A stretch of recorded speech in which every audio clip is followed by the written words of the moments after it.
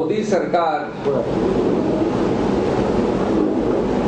मोदी खुद, BJP party क्या सिर्फ हाइप और मार्केटिंग पे आधारित है? क्या सिर्फ गुब्बारों पे आधारित है? अतिशयोक्ति, बरगलाने की प्रक्रिया, शोरगुल या तथ्यों पे आधारित है?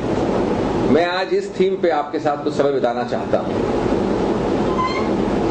ये तो सब जानते हैं कि ये पार्टी, ये सोच, ये फलसफा मोदी का या बीजेपी का गोलवालकर हेडगेवार से लेके आज तक एक विघटन का, असहमति का तोड़ने का, न कि जोड़ने का फलसफा है। लेकिन मैं आज उसकी बात नहीं करूंगा।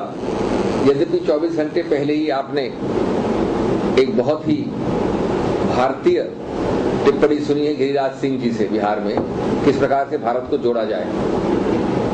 आज हम बात करेंगे विकास की, क्योंकि मोदी जी हमको सीख देते हैं कि मैं तो विकास की बात करता हूं और मैंने विकास की इतनी बातें कर दिखाई हैं गुजरात में और इतनी बातें कर दिखाऊंगा मैं भारत में। तो मैं आपके साथ ये विचार विमर्श करना चाहता हूं कि तथ्यों के और लॉजिक के आधार पर अगर आप ये सब टॉन्ट्स भूल जाएं, ये सब स्लोगन्स जो बोलते हैं वो रैली में भूल जाएं, दिन प्रतिदिन अपशब्दों और अपमान का प्रयोग करते हैं उसको भूल जाएं, आरएसवीपी वगैरह कहते हैं उसको भूल जाएं, तथ्यों के आधार पर सच्चाई क्या है मैं आपके सामने रखना चाहता हूं, प्रमाणित करना चाहता हूं कि तुलनात्मक आधार पर अगर आप गुजरात के पहले दशकों को, विशेष रूप से 80 के दशक से 2001 तक, यानी लगभग 30 वर्ष का, 25 वर्ष का दशक मान लें, तुलनात्मक लें तो आपको मालूम पड़ेगा कि मोदी जी तो करीब करीब सभी महत्वपूर्ण मापदंड गुजरात के नीचे लाए हैं, ऊपर नहीं उठाया है। दूसरी बात मैं सिद्ध करूंगा कि मोदी जी, बीजेपी, अगर अच्छा शब्द इस्तेमाल करते हैं अतिशयोक्ति करते हैं, डिस्टॉर्ट करते हैं, बरगलाते हैं, अगर स्पष्ट शब्द करूं तो झूठ बोलते हैं। तीसरा कि बीजेपी खुद उन पे विश्वास नहीं कर सकती तो भारत कैसे विश्वास करेगा। और ये आंकड़े दिखाते हैं कि अगर झूठ बोलने की प्रवृत्ति है तो ट्रस्ट डेफिसिट बहुत बड़ा है, फिस्कल डेफिसिट और इन्फ्लेशन से बहुत ज्यादा बड़ा है। और मैं साथ साथ ये सिद्ध करूंगा कि कई ऐसे मुख्यमंत्री हुए हैं जिन्होंने इनसे दुगनी ग्रोथ रेट दी है पहले गुजरात में। और भारत के कई प्रदेश हैं पिछले 15 साल में, लगभग मोदी जी का कार्यकाल अब 13 साल का जो भी है, उसमें कई और प्रदेश हैं जिसके मुख्यमंत्री इनके कहीं आगे। फर्क इतना है कि वो शोरगुल नहीं करते, इतना वो छत पे बैठ के कूदते नहीं है कि मैंने ये उपलब्ध कर दिया, ये नहीं किया। और ये भी मैं सिद्ध करना चाहूंगा कि गुजरात महान है, गुजराती महान है। यहाँ की जो एंटरप्राइज की एक उपलब्धि है, मैं समझता हूँ बहुत कम प्रदेशों में है। एक मेरा प्रदेश है, मैं आता हूँ राजस्थान से, उसमें और गुजरात में स्पर्धा जरूर है, बाकी भारत में कोई ऐसा प्रदेश नहीं है। लेकिन गुजरात और गुजराती महान होना मोदी और बीजेपी महान होने वाली बात नहीं है। आप लोगों ने ये करिश्मे कई बार दिखाए कई दशक में, और मोदी सरकार ने उन करिश्मों को, उन आंकड़ों को नीचे लाए हैं। हमें खुद को सबसे ज्यादा हर्ष होता है अगर गुजरात अच्छा करता है तो, क्योंकि गुजरात भारत का हिस्सा है, एक अक्षुण्ण, एक महत्वपूर्ण हिस्सा है। लेकिन इसका मतलब ये नहीं कि आप हर दिन खड़े हो जाएं और मिथ्या प्रचार करें, झूठ आंकड़ों के आधार पर करें। मेरा सिर्फ इतना ही एक सीमित उद्देश्य है, आपके सामने सच रखना। तो अंत में क्या निष्कर्ष निकलता है आप देख लीजिएगा। लेकिन अगर आपको एक तरफ सांप्रदायिकता दिखती है, विघटन दिखता है, जो वायदे मैनिफेस्टो में करते हैं वो नहीं पूरे करते, और दूसरी तरफ विकास के आंकड़े हैं, तो सच्चाई ये कि न राम न रोटी, न रहीम न रोटी, दोनों तरफ से विफल है, बीजेपी भी मोदी भी। तो क्या वायदे कर रहे हैं आपको, क्या सब्जबाग दिखा रहे हैं, क्या स्वप्न लोक पे ले जा रहे हैं? सिर्फ मिथ्या प्रचार है। पहला, गुजरात जैसा मैंने कहा हमेशा से एंटरप्राइज उपलब्धि में बहुत आगे रहा है भारत में, और इसमें कोई नई बात नहीं है, क्योंकि गुजरात के आंकड़े चौंकाने वाले हैं। मैं पहले देना चाहता हूं आपको 81 से 2001 के आंकड़े, जरा याद दिला दूं आपको कि 81 से 85 तक माधव सिंह सोलंकी थे यहाँ पर मुख्यमंत्री। 85 से 90 में माधव सिंह सोलंकी कुछ समय रहे, अमर सिंह चौधरी कुछ समय रहे। और 90 से 94 में चिमन भाई पटेल और छबिल दास मेहता रहे। ज्यादातर अधिकतर कांग्रेस सरकारें समझ लीजिए आप, 81 से 2001 तक। 2001 में मोदी साहब आए। औसतन एवरेज वार्षिक ग्रोथ इस कार्यकाल 81 से 2001 में पहले 5 वर्षों में थी 16.29 एवरेज एनुअल। एक साल की बात नहीं कर रहा हूं मैं, 5 वर्षों की, माधव सिंह सोलंकी के बाद। अगले 5 वर्षों में 85 से 90 में 13.63% वार्षिक एनुअल एवरेज औसतन, और उसके अगले 5 सालों में चिमन भाई और छबिल दास के वक्त 16.73, तो 16, 13, 16, करीब करीब 17। अब आप देखिए 81 के बाद, जब से 2001 के बाद जब से मोदी जी आए हैं, तब से अच्छा किया है गुजरात ने, लेकिन औसतन 9 या 10% रहा है। मैं अच्छा मानता हूं, और मैं मानता हूं विशेष रूप से गुजराती एंटरप्राइज है, लेकिन आप ये नहीं झुटला सकते कि जहां आपके पुराने ग्रोथ रेट एवरेज एनुअल 20 साल तक दुगुने थे, तो आप किसी का प्रचार कर रहे हैं। एक और रोचक बात है कि भारत में हमेशा कहते थे हिंदू रेट ऑफ ग्रोथ हम लोग पहले अखिल भारतीय स्तर पे 3-3.5% हुआ करती थी। गुजरात हमेशा आगे था। ये मैं बात कर रहा हूं 60 और 70 के दशक की, लेकिन 60 और 70 के दशक में गुजरात में नेगेटिव ग्रोथ रेट भी बहुत हुई थी, लेकिन बड़ी अचरज वाली डबल डिजिट ग्रोथ भी हुई थी। कुछ वर्ष है 69, 70, 70, 71 में, जबकि 10 और 15% हुई। 10 और 15%, 69, 70 की बात कर रहा हूं।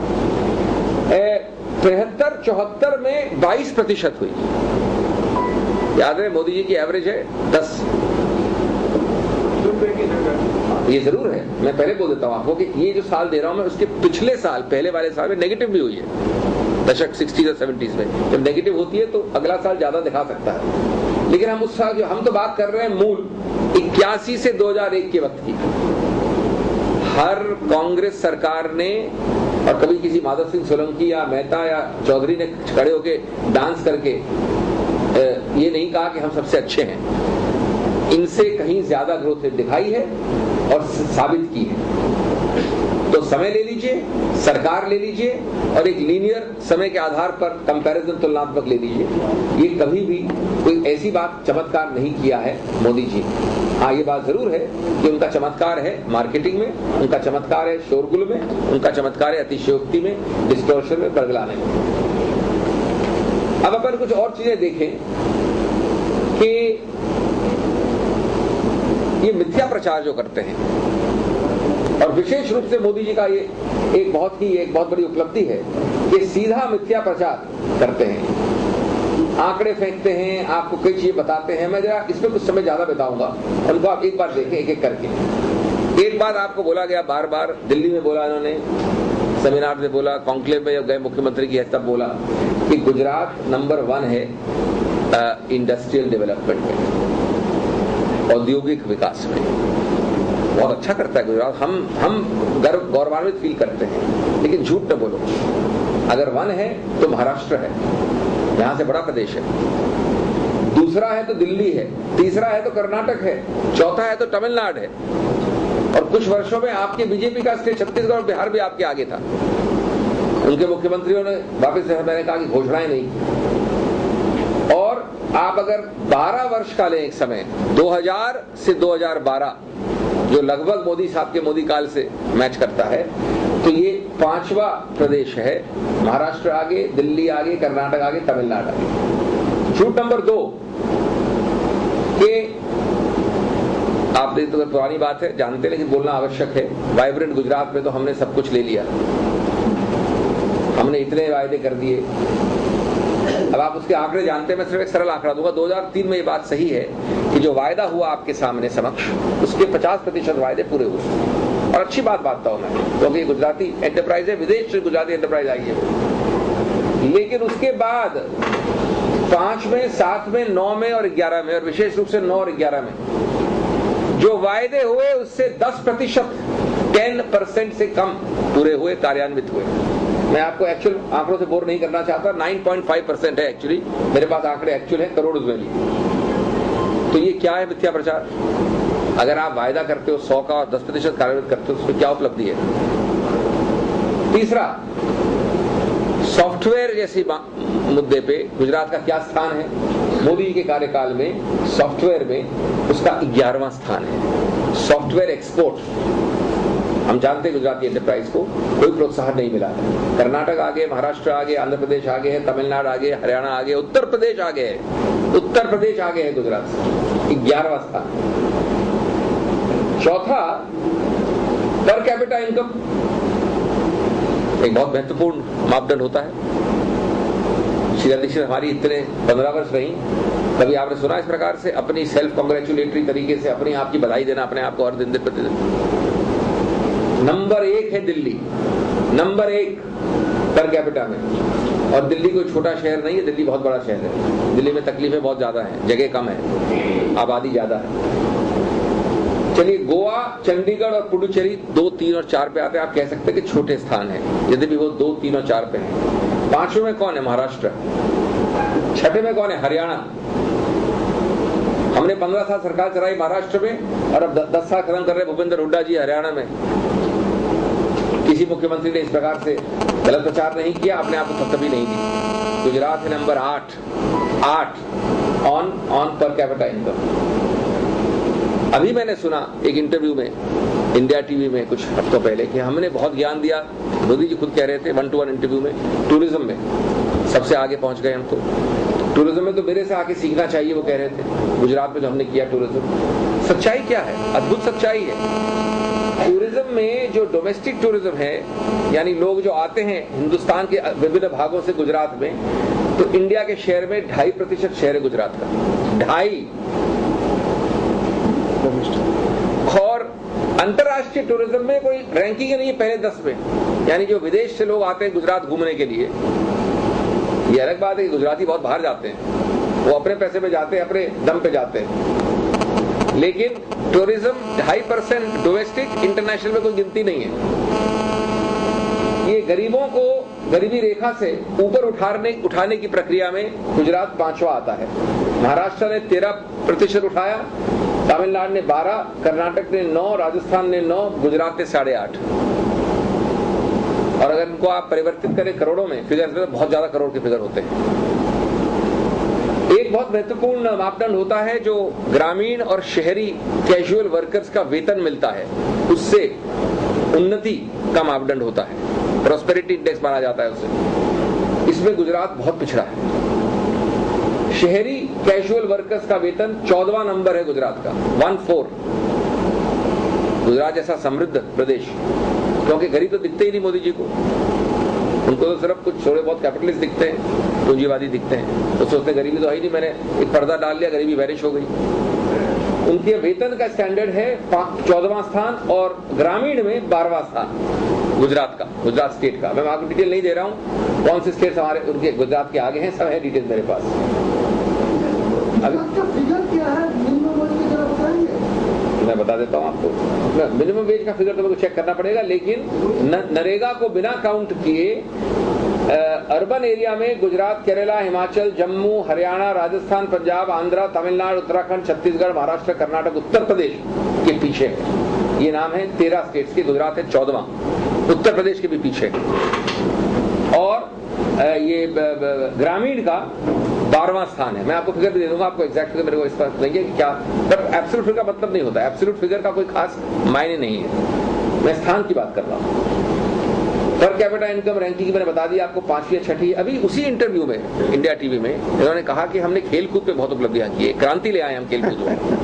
मुझे तो आश्चर्य हुआ मैंने जो फिगर पढ़ा। तो अब ये कुंभ मेला करते हैं गुजरात में खेलकूद का, कुंभ मेले का नतीजा सुन लीजिए आप। और मैं तो कह रहा, मैंने भूपेंद्र हुड्डा जी को कहा कि साहब आप भी जरा प्रचार करिए, हरियाणा इतने गोल्ड मेडल जीत रहा है अंतर्राष्ट्रीय स्तर पे, लेकिन मोदी जी प्रचार कर रहे हैं गुजरात का। अब आप सुनिए, कॉमनवेल्थ गेम्स में हरियाणा ने 21 गोल्ड मेडल जीते हैं, 21 गोल्ड मेडल। गुजरात ने नहीं जीता एक भी। लेकिन बात करते हैं इसकी मोदी जी, क्योंकि ये मार्केटिंग के मास्टर हैं, पीएचडी हैं, और मैं मानता हूं, मैं कंसीड करता हूं, इससे ज्यादा निपुण नहीं कोई मार्केटिंग में। उसको गुब्बारा कहिए, मार्केटिंग कहिए। ओलंपिक्स में 4 हरियाणवी ओलंपिक्स में लंदन में मेडल जीते हैं। आप जानते हैं गुजरात से 0 है। दुख की बात यह है कि झारखंड जो हमारा राष्ट्रीय गेम्स होते हैं ना, राष्ट्रीय गेम्स, गुजरात ने 0 गोल्ड मेडल किया है, जीता है।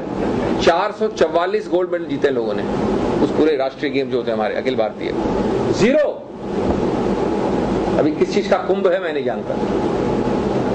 नर्मदा पूरी तरह से ज्यादातर बहुत हद तक केंद्रीय उसमें समर्थन मिलता है।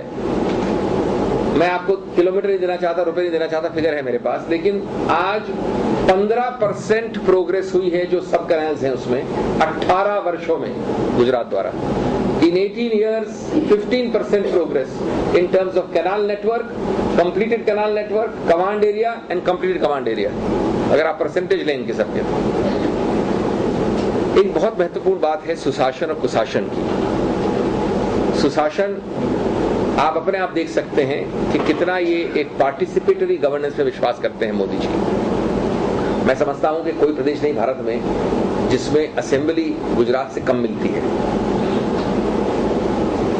हमारे पार्लियामेंट में बीजेपी अवरुद्ध करती है पार्लियामेंट को, लेकिन पार्लियामेंट मिलती है कम से कम 5 महीने, उसमें से आधा अवरुद्ध कर देती है बीजेपी। लेकिन यहाँ तो मिलती, मुझे लगता है 20 दिन में नहीं मिलती होगी। 22 दिन टोटल। 22 दिन लॉएस्ट इन इंडिया। 22 दिन is the official figure for which this assembly suppose to meet. उसमें कितनी बार बोलते हैं मोदी जी, कितनी बार भाग लेते हैं, कितनी बार डिबेट में पार्टिसिपेट करते हैं, और वो बात करते हैं मौन प्रधानमंत्री की। ये है उनका आदर गणतांत्रिक संस्थाओं के लिए, लोकतांत्रिक संस्थाओं के लिए एक कमिटमेंट, कटिबद्धता और आदर है ये उनका। सुशासन के कई और मापदंड होते हैं। आरटीआई हम पहले लाए, लेकिन आपके प्रदेश में आरटीआई नाम के लिए तो है, लेकिन आरटीआई को निरस्त करने का अच्छा तरीका निकाला है मोदी जी ने। कोई आरटीआई कमिश्नर अपॉइंटेड नहीं होते, 2-3 हैं इस पूरे प्रदेश के लिए, 2-3 हैं, वो भी हाई कोर्ट के बाद इंटरव्यू, और वो भी जो आपको आदेश मिला हाई कोर्ट से तब। तो बड़ा अच्छा स्ट्रक्चर ढांचा बना दो, काम तो कुछ हो नहीं सकता उसके अंदर। लोकायुक्त की कहानी आप जानते हैं, मैं खुद पेश हुआ उच्चतम न्यायालय में उस केस में। अब आप कह सकते हैं कि नाम के लोकायुक्त है कि नहीं है, लेकिन करीब 15-20 वर्ष तक इस प्रदेश ने कोई लोकायुक्त नहीं देखा है। क्यों? क्योंकि यहाँ की घोटालों का पर्दाफाश करने से मोदी जी के कार्यकाल में 2001 के बाद से वो डरते हैं, या तो कोई एक पपेट बने या बने ही नहीं। ये एक पॉलिसी है। ये सब चीजें तानाशाही का द्योतक है। ये तो सिर्फ उसके उदाहरण है तानाशाही के। विजिलेंस कमीशन नहीं है यहाँ पर, जहां तक मुझे मालूम है। अभी बना है शायद, जवाब नहीं, वो एडमिनिस्ट्रेटिव नहीं, विजिलेंस कमीशन एक स्टैट्यूटरी होता है, इंडिपेंडेंट, वो नहीं है। नहीं है। आपने किसी कमेटी में अपने आप बना दिया वो अलग बात है, वो तो प्रशासनिक होता है। अब मैं और समय नहीं लूंगा ज्यादा आपका इस मुद्दे में, लेकिन मेरे पास इस प्रकार के बीसियों उदाहरण, आंकड़े, तुलनात्मक फिगर्स हैं। Gujarat versus other states of India, Gujarat versus Gujarat prior in the 80s and 90s, Gujarat with other chief ministers, Gujarat with Modi, Gujarat on 20 parameters.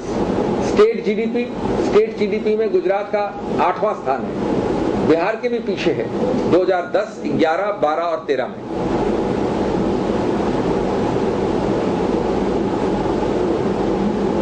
आपको यहां बताते हैं कि बहुत महंगा है पेट्रोल। आपको मालूम है कि सबसे ज्यादा टैक्स पेट्रोल और डीजल में कौन लगाता है देश भर में? गुजरात। आपको मालूम है कि डीजल और पेट्रोल पे टैक्स लोकल लगता है प्रदेश द्वारा, केंद्र नहीं लगाती है। जब प्राइसेस कम करने की बात हुई तो हमने सब प्रदेशों को कहा, तो इसका उत्तर देखिए, गुजरात में हाईएस्ट है हिंदुस्तान में 26% में। मैंने सुना था कि इससे ज्यादा था पहले, अब 26% है। सीएनजी जैसी चीज पे 15% है। फर्टिलाइजर पे 5% टैक्स लगाती है गुजरात, और नाम खराब करती है केंद्र सरकार का। और इसके बावजूद यहाँ की गरीबी की रेखा जो है, गुजरात जैसे प्रसिद्ध स्टेट में, गुजरात के संदर्भ में, गुजरात में बहुत एंटरप्राइज है, बहुत एक क्रिएटिविटी है, बहुत रिस्क टेकिंग एबिलिटी है। उसके बाद 32% 2001 में जब मोदी जी आए थे यहाँ पर, गरीबी रेखा के नीचे लोग थे, 32%। या मैं इसको ठीक कर दूं, 32% लोग गरीबी रेखा के आकलन के अनुसार इस प्रदेश में पुअर थे, ये करेक्ट चीज होगी। आज उसी आकलन के अनुसार 39.5% 2011 में पुअर है। और रिडक्शन ऑफ पॉवर्टी में प्रोग्राम्स किए हैं, उड़ीसा आगे है, उत्तराखंड आगे है, हिमाचल आगे, तमिलनाडु आगे, 8वां स्थान है गुजरात का। खैर, जैसा मैंने कहा, ये है आपका मिथ्या प्रचार गुजरात अंडर मोदी। मैंने करीब करीब सभी जो फिगर्स दिए हैं इनके कार्यकाल के और तुलनात्मक रूप से दिए हैं। मैंने अभी तक बात नहीं की HDR इंडिकेटर्स की, मैटरनल मोर्टेलिटी रेट, शिशु की mortality rate, infant mortality rate, शिक्षा, लिटरेसी, ग्रोस एनरोलमेंट रेशियो प्राथमिक, सेकेंडरी और हायर एजुकेशन तीनों में। इन सबके फिगर हैं। किसी में गुजरात है 17वां स्थान, किसी में 12वां, किसी में 13वां। इन सब फिगर्स में कौन से? एजुकेशन में लिटरेसी और ग्रोस एनरोलमेंट रेशियो, और विशेष रूप से RT आने के बाद mortality rates, medicine, infant and माँ और शिशु दोनों के लिए। अब मैं आपको एक और रोचक बात कहना चाहता हूँ, 5-7 मिनट और लूंगा मैं आपसे। मेरे पास यहाँ एक चार्ट है जो मैं वापस नहीं जाऊंगा डिटेल में, बड़ी रोचक चार्ट है। यही मोदी जी अब दावेदार हैं केंद्र के, और हमें हर दिन गालियां देते हैं कि ये तो वीक सरकार है, खराब किया। भाई सरल, जैसा मैंने कहा, आंकड़ों पे जाइए, आधार पे जाइए, तथ्यों पे जाइए। मैं ये हवा वाली बातों का उत्तर नहीं दे सकता। अभी जा रहे हैं, केंद्र सरकार का दावेदार करते हैं। केंद्र सरकार में 6 वर्ष थे एनडीए के, 5 वर्ष थे यूपीए 1 के, 5 वर्ष है यूपीए 2 के। ये 3 कार्यकाल हैं, 6, 5, 5, और या कह लीजिए 6 और 10। मेरे पास ये चार्ट है। मैं चुनौती देता हूं मोदी जी को उनके ही प्रदेश में, आपके किसी की व्यक्ति को। ये आंकड़े हैं मेरे पास, एक पन्ने पे, औपचारिक हैं, प्रकाशित हैं, इसमें कोई ट्रिक नहीं है। इनके अनुसार 15 मापदंडों में जो भी महत्वपूर्ण मापदंड होते हैं आर्थिक व्यवस्था के और सुशासन के, और मैं आपको उसमें बता सकता हूं GDP growth annual average, 3 sectors की, कृषि की, उद्योग की और सर्विसेज की ग्रोथ एवरेज एनुअल। सो एनुअल एवरेज जीडीपी ग्रोथ, कृषि की ग्रोथ, औद्योगिक growth, services sector growth, poverty reduction, बिजली जनरेट करना, बिजली कैपेसिटी जोड़ना, रेलवेज, कोल, सीमेंट, 15 दे सकता हूं मैं आपको। इन सभी मापदंडों में यूपीए 1 ने एनडीए से कहीं बेहतर परफॉर्म किया है। फिगर्स है मेरे पास, ऑर्डिनरी बेटर नहीं, कहीं बेटर, कई बार डबल। और यूपीए 2 ने भी एनडीए से बेहतर परफॉर्म किया है, यद्यपि यूपीए 2 यूपीए 1 के पीछे है। तो मैंने कहा कि भाई स्पर्धा तो सिर्फ यूपीए 1 और यूपीए 2 के बीच में है, एनडीए और यूपीए में स्पर्धा ही नहीं है, कंपटीशन ही नहीं है। क्योंकि यूपीए 1 ने एनडीए से बेटर किया, यूपीए 2 ने एनडीए से बेटर किया, यूपीए 2 ने यूपीए 1 से थोड़ा पीछे किया है। ऐसे राष्ट्रीय फिगर्स के बाद वो कहते हैं कि कांग्रेस का कुशासन रहा है, यूपी का कुशासन रहा है। तो न तो आप गुजरात में सफल हुए हैं अपने मापदंडों के आधार पर तुलनात्मक रूप से, और न आप सफल हुए हैं केंद्र में ये कंपैरिजन करने के लिए 6, 5 और 5 में। मोदी जी की एक बड़ी रोचक आदत है कि वो सनसनीखेज फैलाने में विश्वास करते हैं। वो हमेशा सनसनीखेज फैलाते हैं और भाग जाते हैं उसके बाद जब डिस्कशन का समय आता है। मैं आपको याद दिला रहा हूँ, एक उदाहरण दे रहा हूँ। मैंने ये सब भी जो बताया ये सब सनसनीखेज ही है, क्योंकि ये आंकड़े उनको सिद्ध करते हैं कि वो गलत है, प्रमाणित करते हैं। लेकिन 2005 में 25 जून को उन्होंने एक बड़ी घोषणा की थी। उन्होंने कहा कि विश्व का सबसे बड़ा या भारत का सबसे बड़ा खोज हमको मिल गई है। आपके यहाँ गुजरात स्टेट पेट्रोलियम कॉर्पोरेशन है, उसने केजी बेसिन में 20 ट्रिलियन क्यूबिक फीट, TCF कहते हैं उसको, 20 ट्रिलियन यानी मिलियन नहीं, बिलियन नहीं, ट्रिलियन खोज हो गई है वहां पर। और उन्होंने उसको प्रकाशित कर दिया, प्रेस कॉन्फ्रेंस कर ली, घोषणा कर ली। 2005 की बात है। और अल्टीमेटली वो निकला 2 ट्रिलियन, वो भी सिर्फ एस्टिमेटेड रिजर्व, जमीन से नहीं निकला अभी तक। एस्टिमेटेड रिजर्व सिर्फ 2 मिलियन है। तो जैसे कुछ देशों में कहते हैं 10% प्राइम मिनिस्टर, तो ये 10 टाइम्स चीफ मिनिस्टर है। ये 10 गुना अतिशयोक्ति में विश्वास करते हैं। He is a 10 times distorter. आपके यहाँ बहुत माननीय और बहुत निपुण अर्थशास्त्री हैं, अलग जी हैं और मॉरिस हैं, पुराने लोग हैं यहाँ के, अलग तो यहीं के इसी प्रदेश के हैं। उन्होंने कहा कि जो 9% एग्रीकल्चरल ग्रोथ क्लेम करते हैं मोदी जी, क्योंकि 9% बहुत होती है एग्रीकल्चरल ग्रोथ। यूपीए की ज्यादा रही है एनडीए से एग्रीकल्चर कृषि की ग्रोथ, लेकिन 9% बहुत मानी जाती है कृषि में, सिर्फ कृषि सेक्टर में। उनका ये इसमें तो दो बड़े सरल अपवाद हैं। एक कि इन्होंने क्या किया, मोदी जी ने 9% दिखाने के लिए कि शुरुआत का साल सबसे बुरा चुना और अंतिम वर्ष सबसे अच्छा चुना, तो रेट ऑफ ग्रोथ अपने आप अच्छी हो गई। ये अलग ने लिखा, प्रकाशित किया है। और दूसरा उससे भी ज्यादा, जिसे कहते हैं कि बरगलाने की प्रक्रिया, करंट प्राइसेस पे फिगर दिया है, इन्फ्लेशन से एडजस्ट ही नहीं किया। अरे भाई, अगर आप 2011 का फिगर दोगे और इन्फ्लेशन एडजस्ट नहीं करोगे तो 9% क्या 19% भी हो सकती है growth. So non-inflation adjusted and taking the worst year as the base and the best year as the terminal year. This is only, I am saying all this only to give you an example of the nature of Modi, of BJP and of the Gujarat government. These are only examples. They can be multiplied. What is the nature? The nature is dictatorial. Brook no dissent. Distorting, belief in crony capitalism, not in inclusive growth, complete trust deficit. Of course, it is well known, and I have not even spoken about it in today's press conference, practicing the politics of divisiveness, of provoking brother against brother.